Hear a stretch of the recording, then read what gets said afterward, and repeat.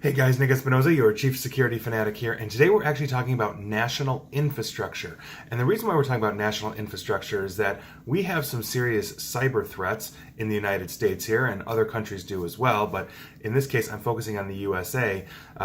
And we know that since about 2014 or so, somebody or some entity or some government has been probing critical infrastructure in the United States, whether it's power plants, bridges, dams, etc., anything that's pretty much electronically controlled or centrally controlled by computers appears to be at least scrutinized by a third party we don't know. The usual suspects are always there. The Russians, who in 2014 hit a Ukrainian power plant, knocked 80,000 people out of power, and then tied up the phone system so nobody could call to complain, is the number one suspect. But we also have other countries that are basically considered adversaries in some way, shape, or form.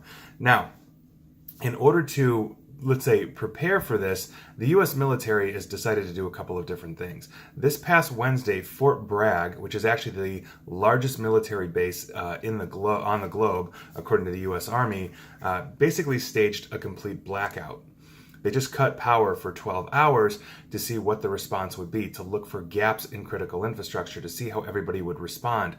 They didn't tell the population that they were going to do this. They just cut power and went into alert mode. And I think that was actually very interesting. And I have some quotes here from the military, and I quote, "This exercise was not announced in order to replicate likely real-world reactions by everyone directly associated with the installation.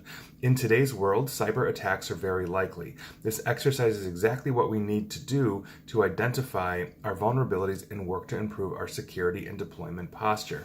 Now, this is actually really interesting because I think there's a lot of truth in this, in the sense that, yes, I mean, if obviously I'm living on a military installation, then I probably have a higher susceptibility to blackouts, communication outages and all that kind of stuff, especially if we're, in an active cyber war. But what about the rest of the population? What about those that live, in urban cities or urban centers like, downtown New York or Chicago, LA, Houston, etc.? What happens when that goes out? Now I'm sure the military is planning and training in terms of, population control and all of that.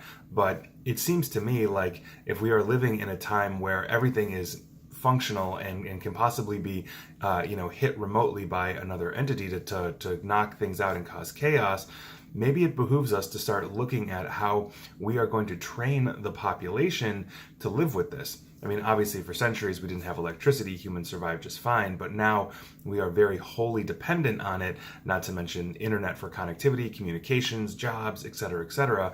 So what happens if we get hit and we go out for a long extended period of time? I think that's a very interesting question. And how do we prevent society from breaking down? So I'd be curious to hear your thoughts on that. How, if we had a major attack in a major city, or the city that you live in, and you now were without power for a week as authorities were scrambling to defend themselves and bring everything back online, what would that look like?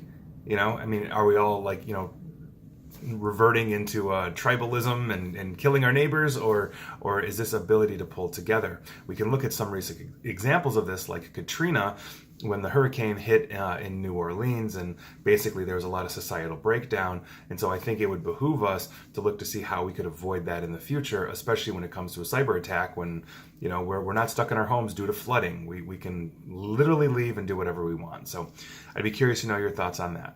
And please like, share, follow me here on Facebook and Twitter at NickAESP. And as always, stay safe and stay online. Thanks, guys.